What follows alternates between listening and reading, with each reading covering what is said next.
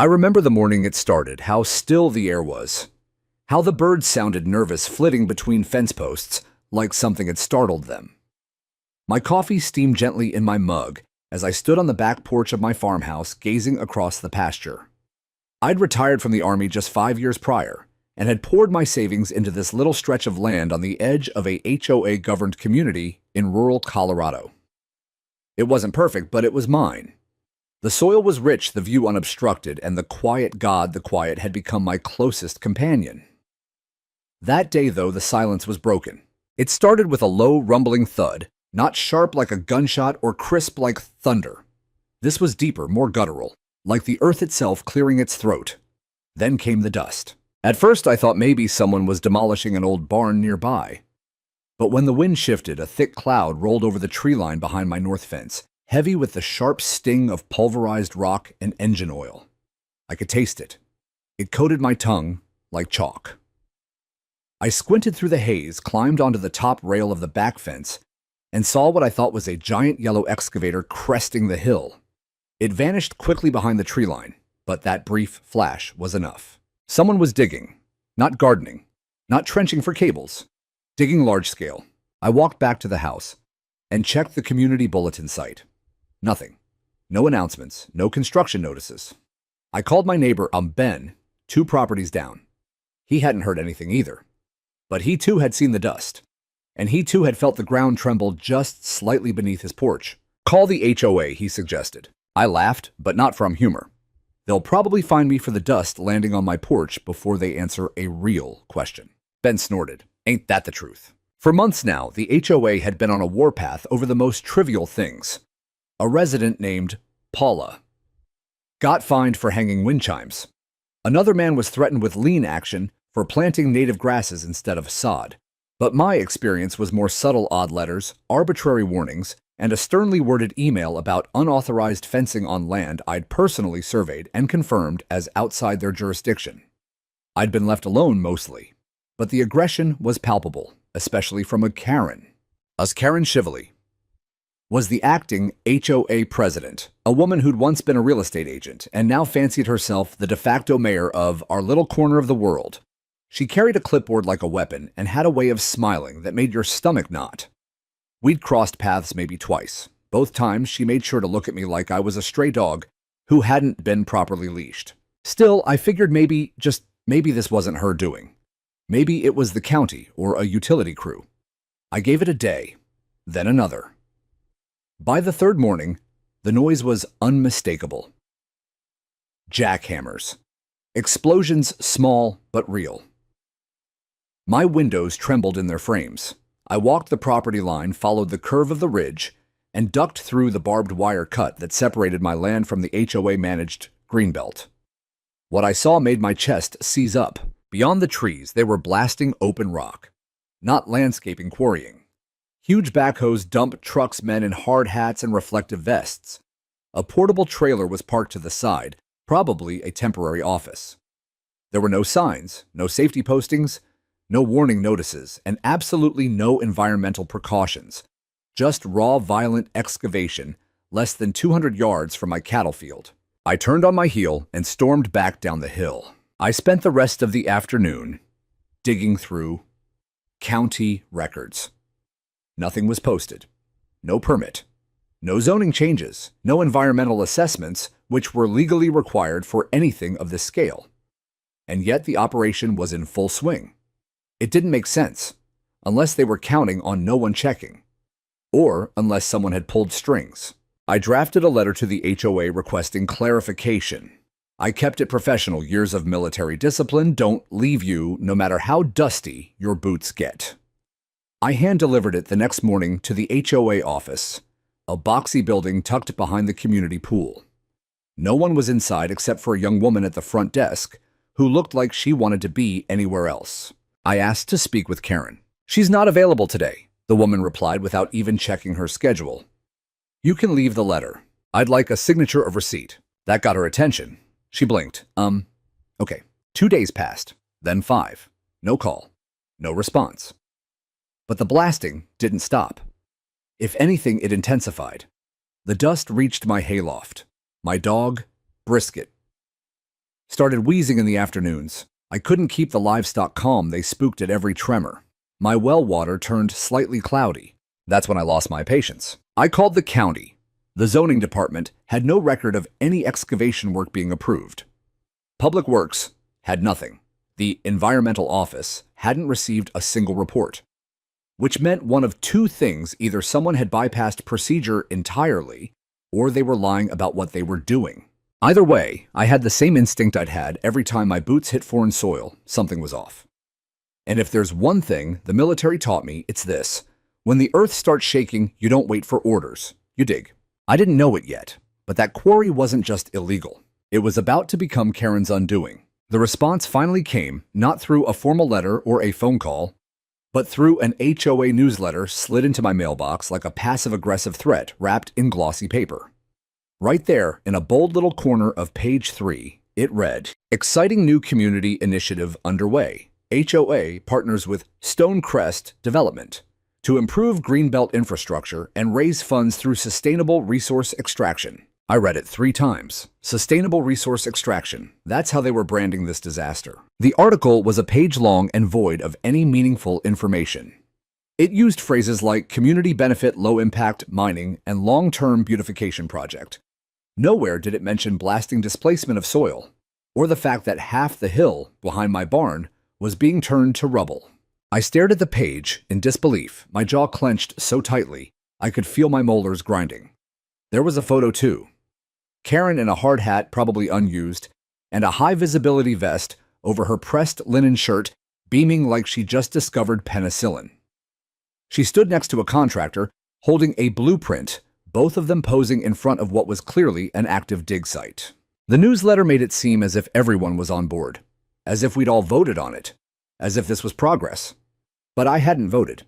No one on my street had even heard of this until the dust started blowing in. That afternoon, I took a ride down the neighborhood to gather intel. I spoke with 7 residents, 6 of whom were just as surprised and angry as I was. One woman, Rhonda, had been suffering migraines from the low-level vibrations. Her husband was worried about their foundation. Another neighbor, Solomon Thomas, showed me his koi pond, now coated in a film of grime. But not everyone was upset. One couple said they thought it was necessary to raise funds for HOA beautification projects. When I asked how they knew about it, they said, "Oh, Karen told us at the wine mixer." The wine mixer, that explained a lot. Karen had been building alliances socially, not officially. Invitations went out to the elite few, those who agreed with her, flattered her, or benefited from her rule. The rest of us. We weren't stakeholders, we were obstacles. I dug deeper. The mining company, Stonecrest Development, had a barely functional website filled with stock photos and corporate jargon. According to the Old Colorado Business Registry, they'd been formed just 8 months prior with one registered manager, Bryce Shively. That last name made my stomach flip. Karen's son. It all snapped into place. Karen had used her influence as HOA president to fast-track a mining contract between the HOA and her son's company. No bid process, no community approval, no environmental study. Just a sweetheart deal, disguised as a community enhancement plan. And the worst part, it was working at least on the surface. HOA funds were rolling in according to the vague budget notes posted online. But at what cost? I printed everything I found. The business records, screenshots of the HOA budget, a map I drew by hand showing the proximity of the quarry to my property and other homes. I even annotated it with the direction of the dust plume showing where it drifted each afternoon. Then I mailed copies to every HOA board member and hand-delivered a sealed packet to Karen's mailbox. I didn't expect her to respond kindly, but I expected something. Instead, I got silence. That week, the quarry ramped up to what could only be described as full industrial pace. Trucks rolled in every 30 minutes, hauling away crushed rock. The air smelled like diesel and gunpowder. My cattle started crowding the eastern fence line, refusing to go near the north ridge. My old mare, Dusty, developed a limp after tripping on newly shifted ground. I knew the vibrations were undermining the soil. But the final straw came when I found Brisket, my dog, lying under the porch steps, panting, his gums pale. I rushed him to the vet in town. The diagnosis, respiratory irritation from environmental particulates. They asked me if he'd been near chemical dust. I didn't cry much after my service years, but I came close that day. Brisket had been with me since my last deployment, a rescue from a base perimeter in Kandahar. He was the one constant after I left the army, the only soul who didn't care that I'd stopped being someone important. And now he could barely breathe, because some overbearing HOA queen wanted to fund new community tennis courts. I drove straight to the HOA office. It was Friday. The door was locked, but lights were on inside. I knocked hard. No answer. I knocked again. A flicker of movement behind the blinds, but still no one came. I pressed my hand flat against the door, looked through the tiny gap between the blinds, and saw Karen walking briskly into the back hallway. So that was how it was going to be. I left a voice message on the HOA line. This is what Daniel Rains. From 217, Clearwater Ridge. I now have veterinary evidence that the excavation is causing harm to my animals. I've gathered documentation, including business ties between the HOA president and the contractor. You have 72 hours to respond before I escalate this to county and federal authorities. I said nothing else, hung up. Then I did what I should have done weeks ago. I called the EPA. I didn't know if they'd respond quickly. I didn't know if they'd care. But I knew enough to say the right words: unauthorized quarrying, potential environmental hazard, non-disclosed contractor relationship, unregulated runoff. I included everything I could, and I mailed them physical evidence with certified delivery. By Sunday, a drone appeared in the sky over the quarry. Not one of those hobbyist ones, a government one. Gray, slow-moving, methodical. It hovered for a long time, scanning. I stood at the edge of my pasture and watched it as it buzzed just above the tree line. Then it turned sharply and headed back the way it came.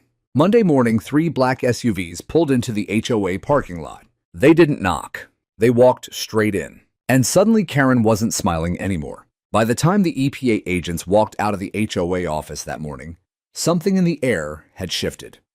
It wasn't just the dust anymore, it was the weight of reckoning. I watched from the edge of the post office parking lot across the street, trying to look casual, but my hands were clenched around a paper coffee cup so tightly I thought the styrofoam might split. Karen came out last. Her lips were pressed so tight they practically disappeared into her face. She was trying to keep it together, but her posture betrayed her, shoulders hunched, phone glued to her ear, sunglasses hiding whatever expression was brewing behind those thick lenses. She walked faster than she ever moved at the HOA meetings or community events where she usually strutted like she owned the zip code. But today, she looked like someone chasing an escape hatch that had just vanished. That night, the quarry didn't operate. For the first time in weeks, my farm was still. I walked the pasture at dusk, Brisket beside me, slow but stronger. The crickets were back. So were the owls. I stood on the ridge overlooking the excavation site, now quiet machines, idling in the dark, floodlights turned off, trailers closed. I took a breath. It felt like I was finally getting oxygen again. But the reprieve didn't last. By Wednesday, trucks were back. Slower now and fewer, but back nonetheless. The sounds were muffled, the operations hidden more carefully. They'd changed the approach, working only in daylight. No more explosions, just endless grinding and hauling.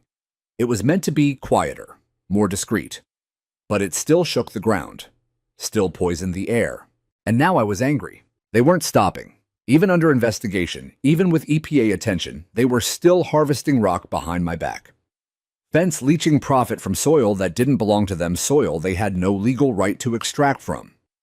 The documents I'd dug up made it clear the HOA didn't own that land.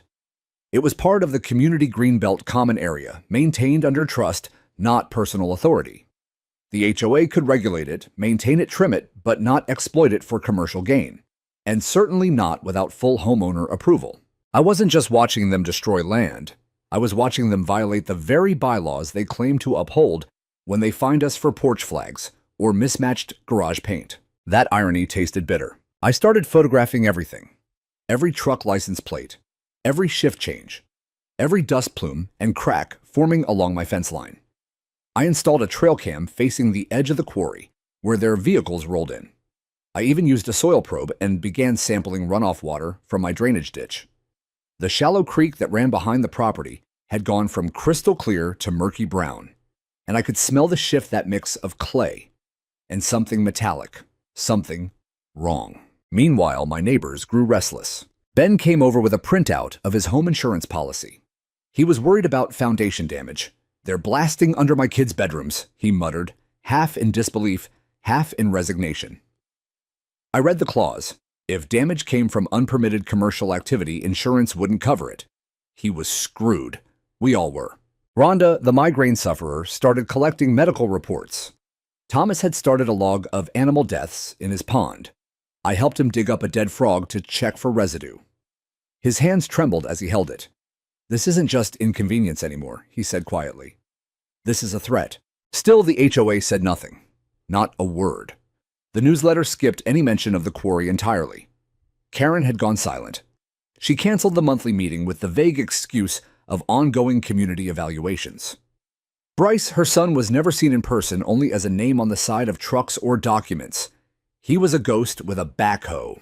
I knew what they were doing. Delay, obfuscate, profit. Every day that passed without formal legal consequence was money in their pockets. Quarry stone in this region sold at a premium. I looked it up. Crushed granite could go for $80 a ton, and they were moving truckloads per hour. Multiply that by the number of days and the absence of real oversight, and it added up fast. They were making thousands, maybe tens of thousands a week, off land that wasn't theirs, through a contract that wasn't legal. Fueled by silence, they hoped would hold until the damage was irreversible. But they had miscalculated one thing: I don't scare easily. And I don't let my people go down quietly. Not after the things I'd seen. Not after the war zones I'd left behind with blood on my boots and my friends' names etched into my bones. So I did something I hadn't done since retiring. I called in a favor. An old buddy of mine from Sheriff Fort Carson had ended up working in state environmental compliance. We'd kept in touch off and on, and I knew he couldn't move mountains overnight. But I also knew he'd listen.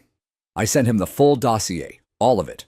Photos, maps, soil tests, drone footage, HOA bylaws, business records, the works. 2 days later, he called back. "I can't make official statements," he said carefully, "but I'll tell you this. Someone in my office is now very interested in that site, especially after your water samples." "What did they find?" I asked. He hesitated, then said, "Runoff contains trace amounts of petroleum residue and particulate silica, the kind that triggers long-term respiratory issues if airborne." That matched what Brisket had been diagnosed with, what Rhonda had been suffering, what the pond frogs had probably died from. It was enough. "It's no longer just a zoning issue," he added. "This could be a public health violation." He didn't promise me action, but he didn't need to. The wheels were turning now, bigger wheels. Then, just as I thought things were finally shifting in our favor, a letter arrived in my mailbox. It was official, from the HOA. Violation notice. Section 4.2, unauthorized structures within proximity of community easement. They were fining me for my chicken coop. Apparently, the coop, which had been in place for 4 years, was now non-compliant due to new proximity rules regarding active HOA improvement zones. They were using the quarry as a reason to attack my property. I stood in the kitchen holding that letter, hands shaking not from fear, but fury. They were pushing back, targeting me personally, retaliating. And that's when it hit me. They weren't going to stop until they either buried me in bureaucracy or broke me financially. But I hadn't survived war to be undone by a woman with a clipboard and a vendetta. They wanted a fight. They just got one. I arrived 15 minutes early just to watch them squirm. The HOA had rescheduled the monthly board meeting last minute, probably to limit attendance or hide the mess they were in. But I'd caught the update. Hidden at the bottom of the community website, listed in fine print, next HOA board meeting, Thursday at 6:00 p.m. Community Center Hall B. It was a small room usually used for yoga or birthday parties. I wore my boots and my army jacket. Let them remember who they were dealing with. By the time I walked in, there were already half a dozen chairs filled. Most folks nodded politely. A few, like Rhonda and Ben, gave me subtle thumbs-ups. Karen wasn't there yet. Neither were her two cronies, Dan and Michelle, who often parroted her in meetings like wind-up dolls. I took a seat near the center row and placed a stack of documents on my lap: soil test results, aerial photos, HOA bylaws, and a large envelope marked "For Record." I was done playing their game. Tonight I was entering the board's house, but I was bringing my own rulebook. Karen entered 5 minutes late, flanked by Michelle and Dan, both carrying tablets and avoiding eye contact. Karen looked flushed. Not in a flustered way, no, this was polished. Masked. She wore a navy pantsuit and a white blouse freshly pressed with a gold HOA lapel pin, like she thought she was running for Congress. She took the center seat at the table up front and gave us a tight, measured smile. "We'll begin promptly," she announced, tapping the microphone even though she didn't need it in a room this small. "Thank you all for attending this meeting of the Clearwater Ridge Homeowners Association. Please note public comment will be limited to 2 minutes per person." Actually, I interrupted, standing up. The bylaws state that homeowners are entitled to present grievances without arbitrary time restrictions. Section 7.4 if you'd like to verify. Karen blinked. The room turned. She paused. "Let's be respectful of time. We'll proceed." I didn't sit down. "Then let's proceed with this," I said, and walked up to the table, placing the large envelope directly in front of her. "I'm formally filing a community grievance and violation petition against the HOA board president Shively, specifically regarding unauthorized land use, failure to inform residents, conflict of interest involving Stonecrest development, and environmental negligence. Full documentation is inside, including EPA correspondence." Karen didn't touch the envelope. Michelle leaned over, whispering furiously. Dan cleared his throat, trying to look busy on his tablet. "You may sit down," Karen said finally, cold and clipped. "No," I replied. "I'm not finished." I turned to the audience, my neighbors, some of whom looked stunned, others quietly nodding. "Did any of you vote on a quarry being placed less than 200 yards from our homes?" Silence. "Did any of you approve the HOA entering into contract with a company run by Karen Shively's son?" Still. Silence. But now angry murmurs. A man near the back muttered, "Wait, what?" I continued. "Stonecrest Development was registered 8 months ago. Karen's son, Schwach Bryce, is the listed manager. HOA money is being funneled to that company for quarry services conducted on trust land we co-own as members. There was no bidding process, no transparency, and now there's documented environmental damage, including petroleum runoff and silica dust, confirmed by EPA preliminary soil reports. I have a letter from their office acknowledging the investigation is ongoing." Karen stood. "Mr. Rains, you are out of line." "No," I said sharply, my voice cutting through hers. "You're out of line. And out of time." Gasps. Whispers rippled through the room. Karen stared at me, jaw tightening. "This meeting is adjourned. You don't have the authority to adjourn a public session without board consensus," she faltered. Her mouth opened, but no sound came out. Michelle looked pale. Dan started tapping again, fingers nervous. I turned to the room. "If you want to keep pretending this is okay, go home. If you want to be heard, if you want to take back your neighborhood, stay. Because I'm not going anywhere." No one left. Karen did. She gathered her folder, snapped it shut, and stormed out of the room, with Michelle trailing after. Dan hesitated for a second, then followed. The door clicked shut behind them. For the first time in months, the HOA meeting became ours. Someone brought out the community bylaws. Ben read aloud from Section 9.2 about board recall votes. Thomas pulled up the member roster on his phone. People started organizing, not shouting planning. There was a quiet shared resolve in the room. We'd been under Karen's thumb for too long, bullied by a system that was supposed to protect us. I stayed until the last light flicked off in the hall. As I walked out, Rhonda came up beside me and handed me a USB drive. "I recorded the whole thing," she said. "Thought you might want it." I smiled. "You read my mind." Later that night, I filed a formal complaint to the State HOA Regulatory Board, attached the recording, uploaded the EPA letters, forwarded it to a journalist I'd worked with during a veteran housing campaign 2 years prior, titled the email "Conflict of Interest and Community Risk, Clearwater Ridge Quarry Project." 2 days later, I got a reply. And this is exactly the kind of thing we've been trying to expose. You have our full attention. Interview. I wrote back, named the time. By the weekend, a reporter from Channel 9 News pulled into my gravel driveway, camera crew in tow. And just like that, the story left the confines of our HOA and went statewide. I hadn't worn my army dress blues in years. But as the local news truck pulled into my gravel drive, kicking up a soft swirl of dust that hadn't been there since the quarrying began, I felt a deep instinct, maybe foolish, maybe prideful, to remind myself who I had once been. Not for the camera. For me. I greeted the journalist, a sharp woman named Layla Jennings, who introduced herself with a handshake that said she'd dealt with snakes before. She had the calm, focused eyes of someone used to cutting through polished lies and PowerPoint jargon. Her cameraman, Marcus, followed her lead, setting up quickly by the pasture fence, careful not to disturb Brisket, who lay in the shade with one paw tucked beneath his chin. We started the interview there beneath the big oak tree that had marked the heart of my land since the day I bought it. Layla kept her questions sharp clear. How long have you lived here? 5 years. When did the quarrying start? About 7 weeks ago. Did the HOA inform you or anyone on your street beforehand? Not a word. Not even a courtesy knock. And how close is the excavation to your well? Within 300 feet. Close enough that my water went cloudy after the first week. She nodded and looked into the camera. And you have documentation? I do. Permitting records, or rather, the absence of them. Bylaws. Contracts tied to the HOA president's son. EPA preliminary response documents. Soil analysis, water reports, and this.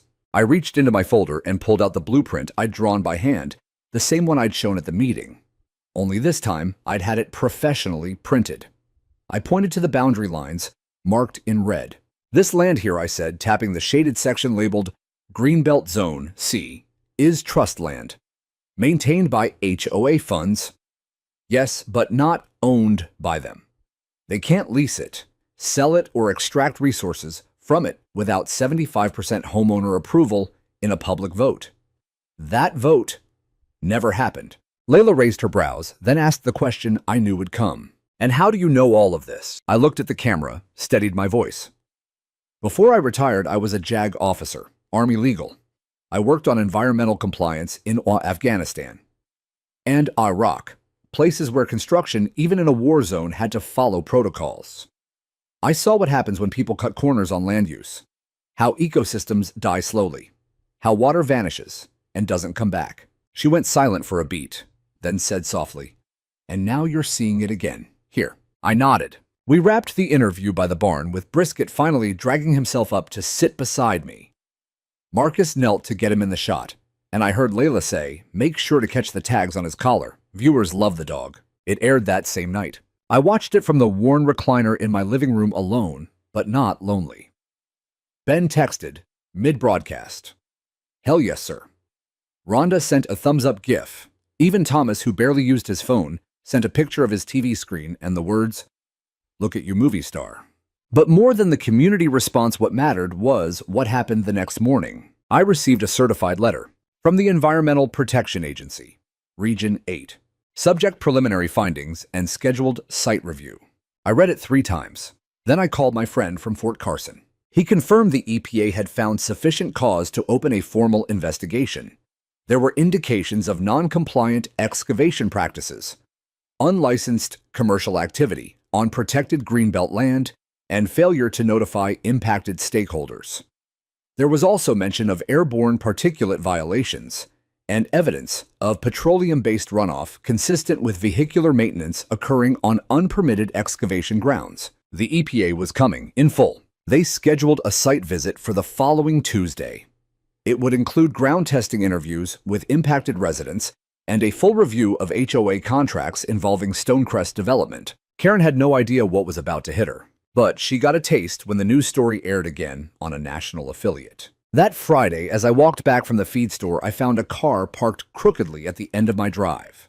Karen stood beside it, arms crossed, sunglasses pushed up into her hair like a pair of horns. She didn't look like the queen of tall Clearwater Ridge anymore. She looked like a cornered cat.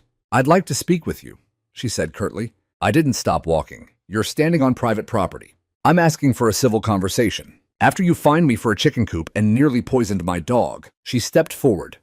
"You don't understand what you've done. You've brought federal attention onto a private HOA operation. That has consequences for everyone." I turned dead still. "Good," I said. "Maybe now everyone will stop pretending you're a queen and realize you're just a woman with a clipboard and a god complex. You're making a mistake. No, Karen. You made the mistake. You thought no one would notice. You thought we'd all just shut up, pay our fines, let you tear up land that doesn't belong to you while your son patted his pockets. She flinched, just slightly. I stepped closer. You ever see a desert bloom? I asked. She blinked. What? Deserts. After war zones. I've seen land torn apart, poisoned, burned.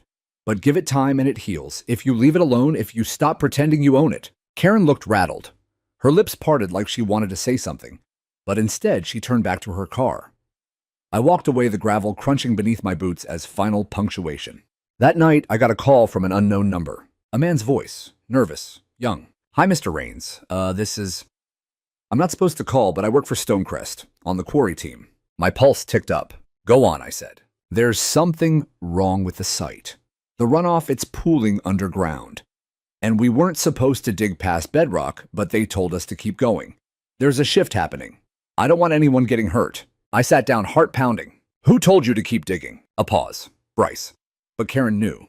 She signed off. He hung up. I stared at the phone in my hand. This wasn't just corruption. It was dangerous. And next week, the EPA would see it for themselves. The EPA didn't come with sirens or fanfare.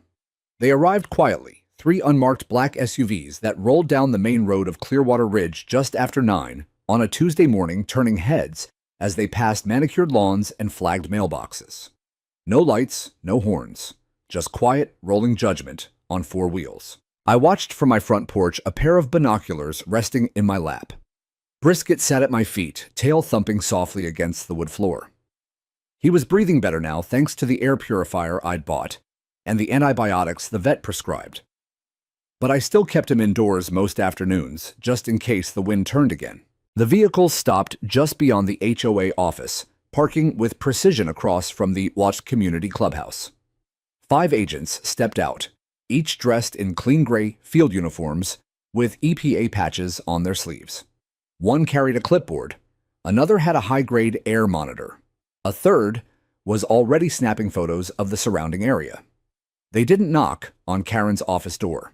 They walked straight into it. I sipped my coffee. By noon, the agents were at the quarry site. They'd brought specialists, geologists, hydrologists, environmental technicians. They roped off a perimeter with yellow caution tape, erected temporary warning signs, and began soil coring near the perimeter fence.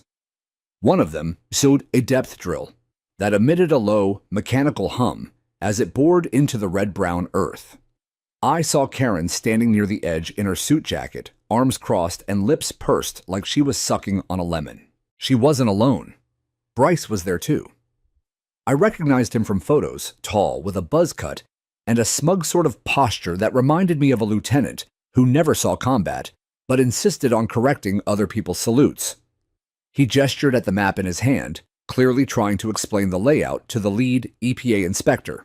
The inspector didn't even glance at him. An hour later, one of the agents walked up to my porch. Mr. Rains. I stood. That's me. I'm Shah. Field Investigator Kelly. Region 8 Division. We're conducting an on-site review following your formal complaint. We'd appreciate access to the samples and documentation you mentioned. I let him inside. We spread everything across my dining table: photographs, soil jars, water samples in labeled mason jars, hand-drawn, maps, even the audio recording of the HOA meeting Rhonda had given me. Kelly moved methodically, asking sharp questions and taking notes with the focus of someone who'd seen this kind of thing before. Runoff pollution, unauthorized excavation, failure to notify stakeholders. That alone's a laundry list of violations, he muttered. But petroleum residue this close to a residential well, that's federal. He lifted a water sample to eye level. You still drinking from this? Switched to bottled 2 weeks ago. Smart. As he packed up the samples, he turned and said, Mr. Rains, can I ask what motivated you to do all this? I looked at him, then down at Brisket. I buried too many friends in places with no clean water, I said. I'm not letting my land become one of them. He gave a single nod. By the next day, everything escalated. EPA officials posted a cease and desist order on the quarry gate. All activity suspended pending federal review. The agents installed air quality monitoring stations and deployed water barrier kits around the creek that ran behind my property. They set up a temporary outpost in the HOA meeting room, commandeering it in a sense, and refused to allow HOA board members inside during official hours. Karen was livid. She showed up at my gate the next morning, screaming. Not yelling, screaming. "You've destroyed everything. Do you know what you've done? That land was going to fund our new rec center, the lighting project, the sidewalk repairs." I stood firm behind the gate, arms crossed. "You mean the quarry you approved without a vote? On land you don't own." Her face turned crimson. "You had no right to go over our heads." I stepped forward, slowly, voice low and calm. "You made this federal the moment you endangered drinking water, Karen. You don't get to hide behind budget lines anymore." She spat the words like venom. "You think this is over, the EPA won't shut us down. You don't understand how these things work. People get bored. They move on." I smiled. Not out of triumph, but out of clarity. "You don't know me," I said. "I'm not the type to move on." She stormed away, nearly tripping over her heels as she stalked back to her car. It took her 3 tries to start the engine. 2 nights later, Channel 9 aired a follow-up. This time, it wasn't just me on camera.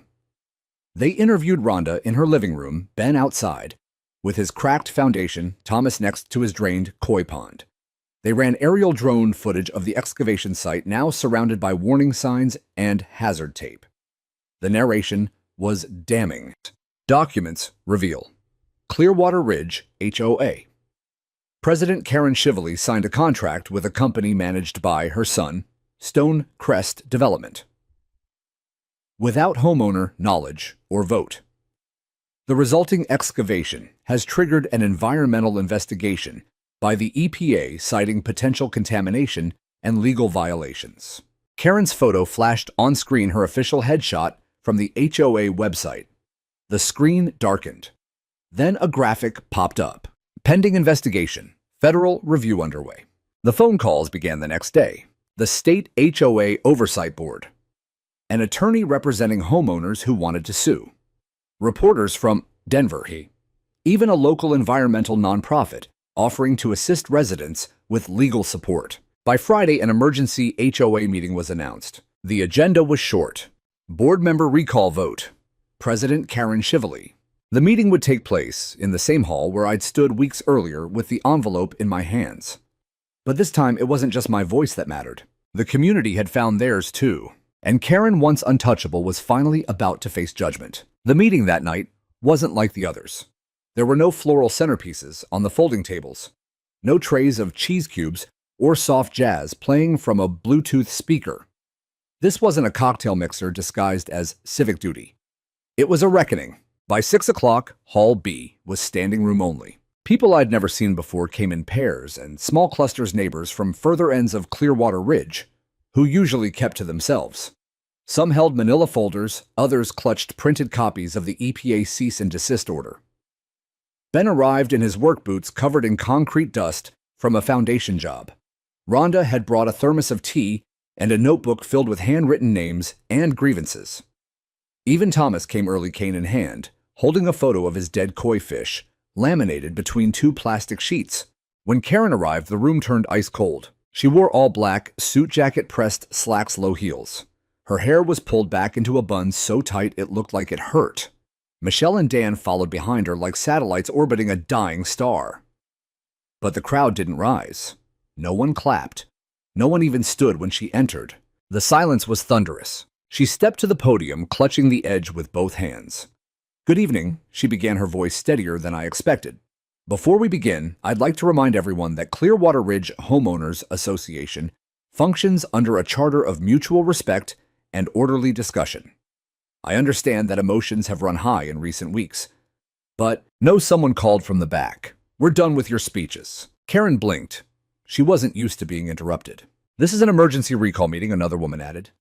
"We're here to vote, not listen to you defend your mess." A murmur of agreement rolled through the crowd. Karen straightened her smile, tightening. "Well, under the bylaws, the board president has the right to open and preside, not when the board president is under investigation for fraud and endangerment," Ben said flatly, stepping into the aisle with a printed copy of the state HOA code.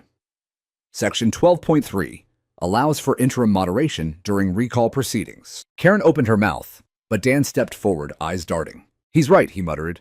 "It's in the bylaws." The betrayal must have hit her like a slap. She turned slowly to look at Dan, lips parted, then to Michelle, who took a subtle step back. That was when it cracked. Not her voice, not her hair, her image. All this time, Karen had wielded power not just with rules, but with fear and charm. She baked cookies for board members, flirted with the older residents, maintained an iron grip on meetings with her confident tone, and rehearsed speeches. She wore competence like a suit of armor. But now, standing there alone, she looked small. For the next hour, the residents spoke. Rhonda shared her migraine logs, dates, times, symptoms. Thomas read his vet's report on the dying wildlife. One mother described how her child developed a persistent cough ever since the excavation began. A retired geologist from the North End stood up and gave a calm, precise explanation of what subterranean destabilization could mean in a residential zone. Then I stood. I didn't raise my voice. I didn't pace. I just read the last paragraph of the EPA's preliminary letter. Based on on-site inspections, evidence collected from affected landowners, and analysis of runoff and airborne materials, we are initiating formal proceedings to determine whether Clearwater Ridge HOA and Stonecrest Development violated federal environmental standard zoning compliance laws and public health protections. Pending review, site activity must remain suspended. I looked up. And we're supposed to trust this woman with our community's future. No one answered. We didn't need to vote with words. The ballots were printed, placed on the table in neat little stacks. People walked up, one by one, dropped their slips into the transparent box like placing verdicts into history. Karen sat motionless as names were counted. It wasn't even close. 76 votes for removal, 8 abstentions, 1 in support. Michelle didn't meet Karen's eyes as she slid the box away and quietly stepped down from the board. Dan offered a muttered, "I'm sorry," and followed. Karen remained alone at the table. Finally, she stood. "I hope you all know what you've done," she said bitterly. "This community will crumble without leadership." No, Rhonda replied, standing up slowly. "It's already crumbling because of it." Karen gathered her briefcase. "You'll regret this." Thomas chuckled from the corner. "Not as much as your son will." She left without another word. The door shut softly behind her. We didn't celebrate. No one cheered. This wasn't a victory lap. It was cleanup after a storm. But for the first time in months, there was a sense of air returning to the room, of power being redistributed. By the end of the night, an interim board was selected, neighbors we trusted. Ben offered to handle the financial audit. Rhonda volunteered to manage communications. I was asked to oversee environmental reporting and HOA bylaws revisions. I didn't say yes right away. I wasn't looking to lead. I just wanted peace. But as I walked home that night beneath the rustling cottonwoods, I realized something. Karen didn't just try to take our land. She tried to steal our voice, our confidence, our right to stand on ground we paid for and say, "This is mine." She underestimated us, and that's why she lost. The EPA returned less than a week later, but this time they weren't alone. 2 vehicles from the Colorado Department of Public Health and Environment arrived with them, along with a deputy from the county sheriff's office and a legal observer from the state attorney general's office. The cars pulled into the HOA parking lot like a slow-moving convoy, deliberate and heavy with meaning. They were here to shut it down for good. I stood by the fence line with a few other residents, watching the procession through binoculars. We didn't cheer. We didn't shout. This wasn't the kind of victory you celebrated with noise. This was solemn, measured, long overdue. The EPA agent, Kelly, the same one who'd sat at my dining table, led the operation. I saw him hand a thick envelope to the new interim board president, Rhonda, who received it with both hands like it weighed more than just paper. Then he turned and walked down the trail toward the quarry site, flanked by officers and technicians. The wind was calm.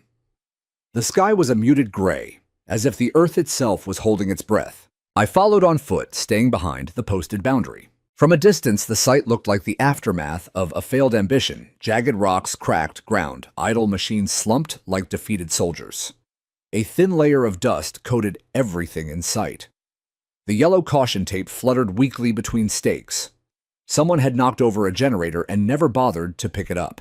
Bryce wasn't there. Word around the neighborhood was that he'd packed up and left town the morning after Karen's removal. Stonecrest Development's website had been wiped clean, replaced with a stock error page and a disconnected phone number. He was gone, but the damage he left behind remained like a scar across our landscape.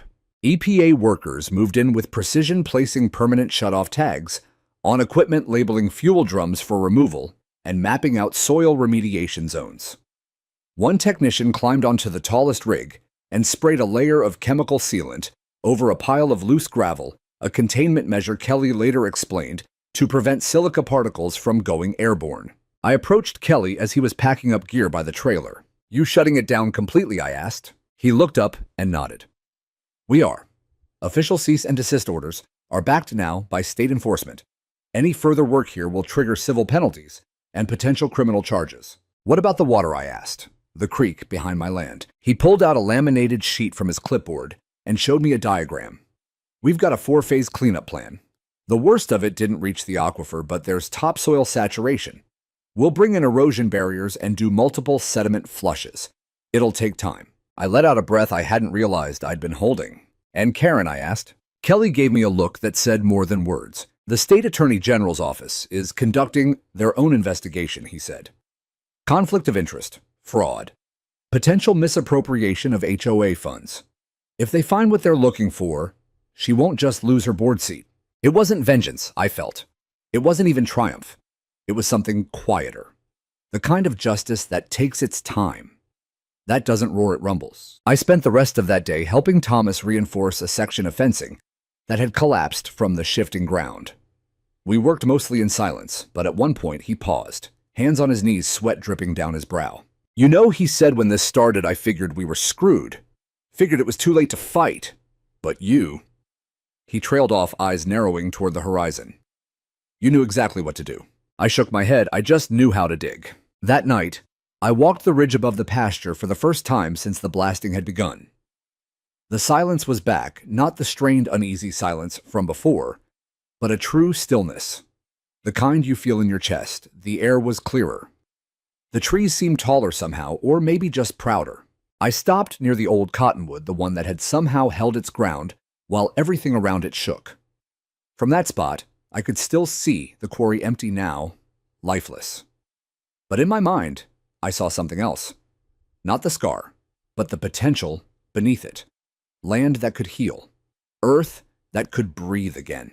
And then, something surprising happened. The next morning, I got a knock at my door.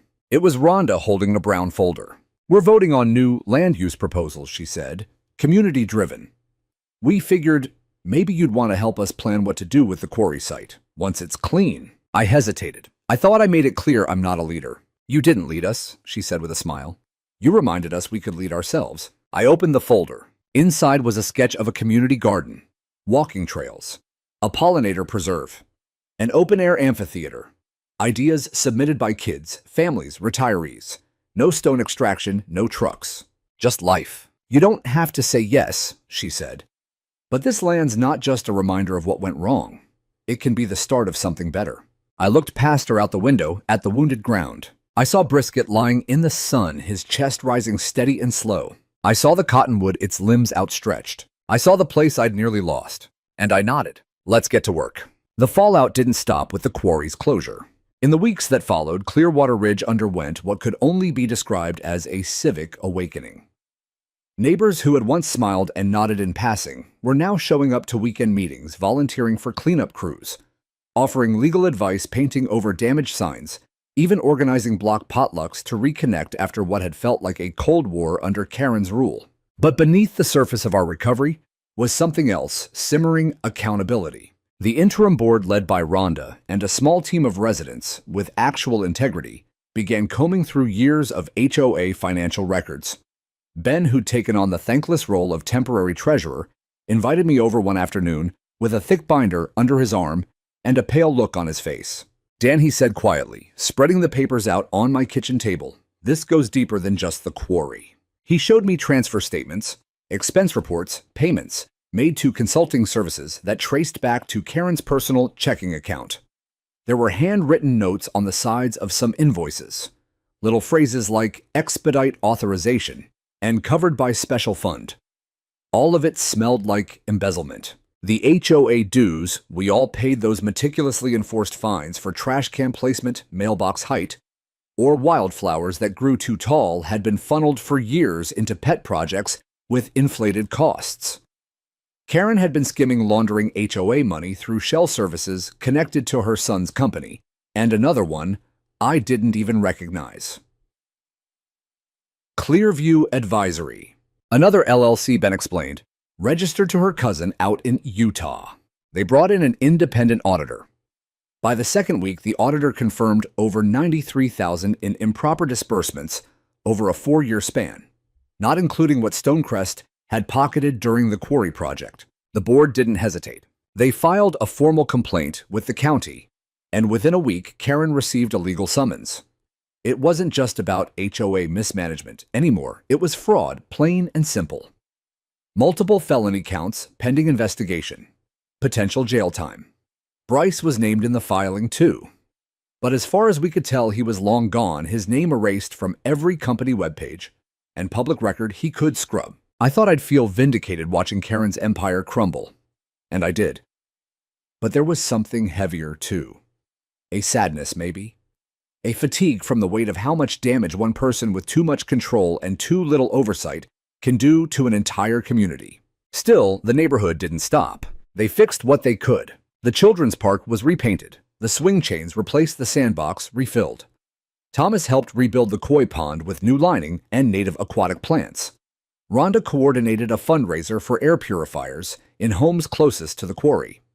Even Brisket got a new doghouse, handcrafted by a teenager down the street as a thank you. And me, I tried to stay out of the limelight, but people kept stopping by. One afternoon, an older man I barely knew, Henry from the far East End, brought over a jug of homemade cider and said I never spoke up at meetings.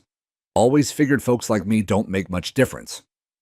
But after what you did, I guess I remember my voice still works. Another day, a woman named Lee knocked on my door with a Tupperware of lasagna and said, "You gave us permission to say no. I forgot we were allowed to. I never asked for that role. Never wanted it." But something about seeing these people wake up, find each other, take their street back, it stirred something I hadn't felt since active duty. Not a craving for command, a sense of belonging, of shared mission. And then, one evening, as the sun dropped behind the trees and the air turned soft and gold, Rhonda called. "We took a vote," she said. "For what?" "To name the new community trail through the reclaimed quarry site." I waited. "We're calling it Rains Ridge." I nearly dropped the phone. "It's not about ego," she added quickly. "It's about memory. So we don't forget how close we came to losing all this, and how one person, with the right kind of fight, a couple, reminded the rest of us how to stand." I didn't know what to say. I didn't think anything needed to be said. That weekend, we held a community picnic at the quarry site, now a greenbelt in recovery, lined with rows of planted saplings and pathways marked with fresh gravel. Someone brought a hand-painted sign and nailed it to the fence posts. "Welcome to Rains Ridge, land restored by community." I stood off to the side, Brisket at my feet, watching kids race down the hill that used to be a dynamited crater. Watching elderly neighbors stroll without masks or handkerchiefs for the first time in months. Watching people laugh, eat, talk, reconnect. Not once did anyone mention Karen. Not her fines, not her threats, not her reign. She had become a footnote in her own story. Because in the end, she wasn't what held this place together. We were. All of us. Even the ones who'd been silent too long. Even the ones who never thought they mattered. We remembered, and we took it back. I didn't realize how much I'd been holding my breath until I stepped onto the edge of the old quarry again this time. Without a clipboard, without binoculars, without fear. The air smelled different now, fresher. Not entirely clean yet. There were still patches of soil being tested, erosion control blankets in place, and signs posted with warnings about sediment monitoring, but something had changed. The land was quieter, softer. It was healing. The EPA concluded their investigation officially that week. A public summary was issued, multiple violations confirmed, including unauthorized excavation, failure to conduct environmental impact assessments, illegal runoff, and misappropriation of community assets. Charges against Karen were being prepared by the state prosecutor. Her name was removed from all HOA materials. The court froze her personal accounts. Bryce still missing. No one had seen him, not even on social media. But the silence said enough. Meanwhile, the neighborhood had begun to grow into itself again, not like before, but better. We didn't go back to the old ways. We moved forward. The community trail officially opened that Saturday. The sign Rhonda had commissioned stood proudly at the trailhead, carved from reclaimed wood and painted by local kids. Rains Ridge, our land, our voice. They asked me to cut the ribbon. I tried to refuse at first. I'm not a hero, I said. But Ben just laughed and handed me the shears anyway. You're not cutting it for yourself. You're cutting it for all of us. I stood with Brisket on one side and a girl no older than 10 on the other, holding the ends of the ribbon. The community gathered behind us, nearly the entire neighborhood, some from adjacent communities too, who'd heard the story on the news and showed up in quiet solidarity. Someone counted down. The shears sliced clean through, and just like that, it wasn't a quarry anymore. It was a path. That night, I sat on the back porch with a beer in one hand and Brisket's head resting on the other.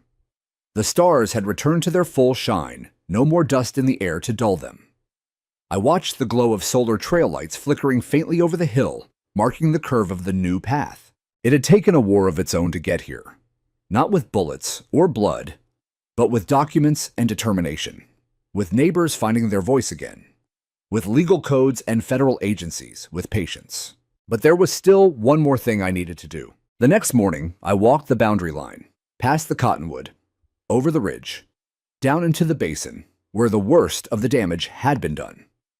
The scarred earth, the deep ruts, the old machines still waiting to be hauled away. I had no intention of forgetting what had happened here, but I didn't want to live in it anymore either. I staked the corners of the land I'd bought up from the HOA after the audit. They'd voted to sell it cheaply because no one wanted to hold on to what had become a liability. I offered to take responsibility, not for development, not for profit, but for protection. I bought the land, all of it. I filed the paperwork myself at the Elk County Clerk's office, brought the title home, and placed it in the fireproof box next to my discharge papers. That land wasn't trust land anymore. It was mine. The first thing I did with it, I opened a fence panel near the pasture connecting it to the trail. Then I posted a wooden sign at the entrance, carved with my own hands. This land was damaged, but it grew back. So can we. It wasn't poetic, but it was true. Over the next few months, volunteers came in waves. Gardener students, even retirees who just wanted to dig or sit and plant things. We reseeded the wildflowers, planted trees, built benches. Rhonda helped apply for a grant from a state conservation group. It was approved. We used it to install solar irrigation for the native plant beds. Kids started riding their bikes along the trail. People came with picnic blankets. A woman brought easels one weekend and hosted an outdoor painting workshop. Someone else read poetry under the cottonwood one Sunday morning. It wasn't just land anymore. It had become a place. My place, but also everyone's. And one evening, as the sun lit the sky in soft gold and long shadows, I walked that trail from beginning to end. Brisket trotted beside me, tail up nose, twitching at the scent of foxglove and freshly tilled earth. I paused halfway and looked around at what used to be dust and blast and greed. Now trees. Laughter in the distance, children squealing as they played tag along the paths. And at the far end, where the trail looped back toward the cottonwood, someone had added a bench. It wasn't fancy, just 2 wooden planks hammered into shape and painted with navy blue stencils.